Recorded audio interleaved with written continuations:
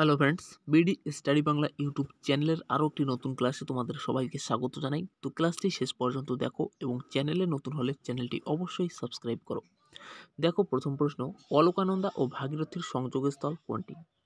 ঠিক আছে, তো অলকানন্দা ও ভাগীরথীর সংযোগস্থল হচ্ছে দেবপ্রয়াগ। অপশন সি হচ্ছে সঠিক উত্তর, দেবপ্রয়াগ। তারপর দেখো দ্বিতীয় প্রশ্ন, কোন ভারতীয় প্রথম অস্কার পুরস্কার পান? ঠিক আছে, কোন ভারতীয় প্রথম অস্কার পুরস্কার পান? তো সঠিক উত্তর হচ্ছে option B, Bhanu Athaiya. Option B. তারপর দেখো 3 নম্বর প্রশ্ন, বায়ুতে কোন উপাদান সর্বাধিক থাকে? তো বায়ুতে সর্বাধিক থাকে নাইট্রোজেন। অপশান সি হচ্ছে সঠিক উত্তর, নাইট্রোজেন। তারপর দেখো 4 নম্বর প্রশ্ন, রক্ত তঞ্চনে কোন ভিটামিন সাহায্য করে? রক্ত তঞ্চনে সাহায্য করে ভিটামিন কে। অপশান ডি হচ্ছে সঠিক উত্তর। তারপর দেখো, রোভার্স কাপ কোন খেলার সাথে যুক্ত? রোভার্স কাপ ফুটবল খেলার সাথে যুক্ত। অপশান ডি হচ্ছে সঠিক উত্তর, ফুটবল খেলা। তারপর দেখো 6 নম্বর প্রশ্ন, পঞ্চবার্ষিকী পরিকল্পনার চূড়ান্ত সম্মতি কে দেন? তো সঠিক উত্তর হচ্ছে অপশান বি, জাতীয় উন্নয়ন পরিষদ। Option B. তারপর দেখো, কততম সংশোধনীতে পঞ্চায়েতি রাজ ব্যবস্থা সংবিধানের স্বীকৃতি পায়?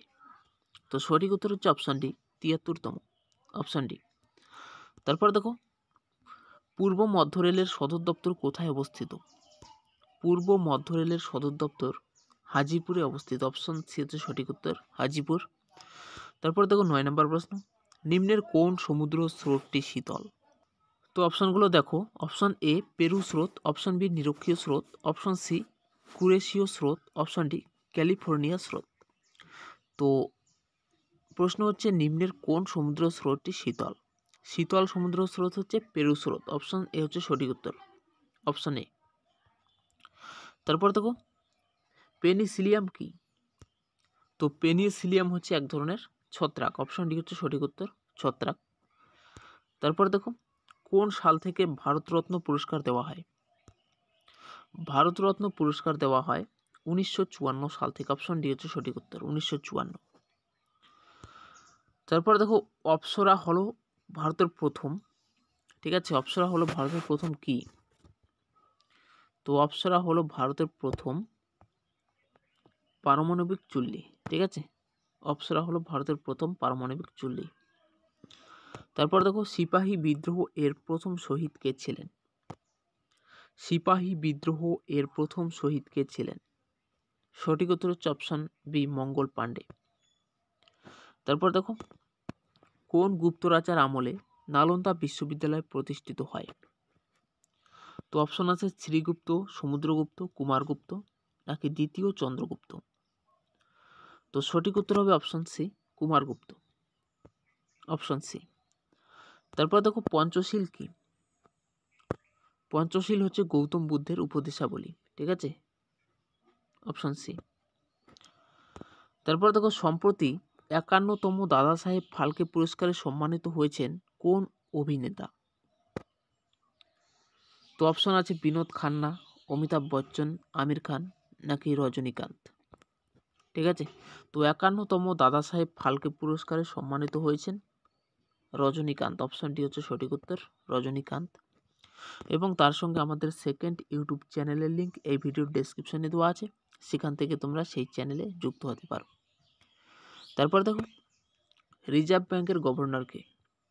রিজার্ভ ব্যাংকের গভর্নর হচ্ছে শক্তিকান্ত দাস। Option A, Shaktikanta Das. তারপর দেখো 18 নম্বর প্রশ্ন, নিম্নলিখিত দ্রব্যগুলির মধ্যে কোনটির আপেক্ষিক তাপ সব থেকে বেশি? তো অপশন আছে তেল, জল, গ্লিসারিন, অ্যালকোহল। ঠিক আছে, তো আপেক্ষিক তাপ সব থেকে বেশি হচ্ছে জলের, নিম্নলিখিতগুলির মধ্যে। ঠিক আছে, তো অপশন বি হচ্ছে সঠিক উত্তর। তারপর দেখো, অলিফিন কমপ্লেক্স কিসের জন্য বিখ্যাত? অলিফিন কমপ্লেক্স কিসের জন্য বিখ্যাত? তো সঠিক উত্তর হচ্ছে অপশন সি, পেট্রোকেমিক্যাল শিল্পের জন্য অলিফিন কমপ্লেক্স বিখ্যাত।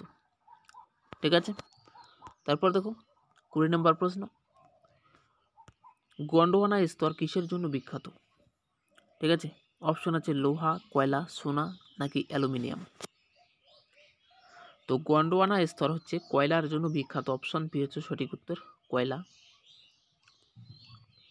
তারপর দেখো সম উচ্চতা বিশিষ্ট রেখাকে কি বলে? সম উচ্চতা বিশিষ্ট রেখাকে কি বলে? সঠিক উত্তর হচ্ছে অপশন সি, কন্ট্রোর লাইন। ঠিক আছে, কন্ট্রোর লাইন। তারপর দেখো 22 নম্বর প্রশ্ন, হীরের খনির জন্য বিখ্যাত পান্না স্থানটি কোন রাজ্যে অবস্থিত? ঠিক আছে, তো অপশনগুলো দেখো, পাঞ্জাব, হরিয়ানা, গুজরাট নাকি মধ্যপ্রদেশ। তো হীরের খনির জন্য বিখ্যাত পান্না স্থানটি মধ্যপ্রদেশে অবস্থিত, অপশন ডি হচ্ছে সঠিক উত্তর, মধ্যপ্রদেশ। তারপর দেখো ব্রিটিশ সরকার কোন সালে গেটওয়ে অফ ইন্ডিয়া নির্মাণ করে?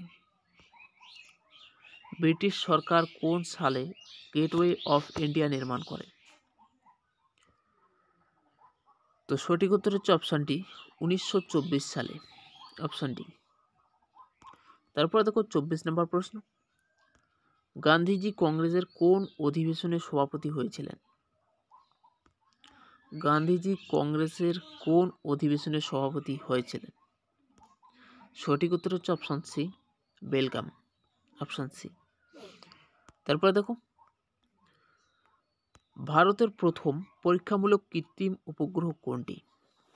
রোহিণী, ভাস্কর 1, ইনস্যাট নাকি আর্যভট্ট? তো এই প্রশ্নের উত্তর জানার আগে তোমরা যারা চ্যানেলে নতুন আছো চ্যানেলটি অবশ্যই সাবস্ক্রাইব করো এবং ক্লাসটা ভালো লাগলে অবশ্যই একটি লাইক করো। তো ভারতের প্রথম পরীক্ষামূলক কৃত্রিম উপগ্রহ হচ্ছে আর্যভট্ট, অপশন ডি হচ্ছে সঠিক উত্তর। এবং তার সঙ্গে আমাদের সেকেন্ড ইউটিউব চ্যানেলের লিঙ্ক এই ভিডিও ডেসক্রিপশনে দেওয়া আছে, সেখান থেকে তোমরা সেই চ্যানেলে যুক্ত হতে পারো। তো আজকের ভিডিও এই পর্যন্ত, দেখা হচ্ছে পরের এক নতুন ভিডিওতে। ততক্ষণের জন্য ভালো থাকবেন, সুস্থ থাকবেন, ধন্যবাদ।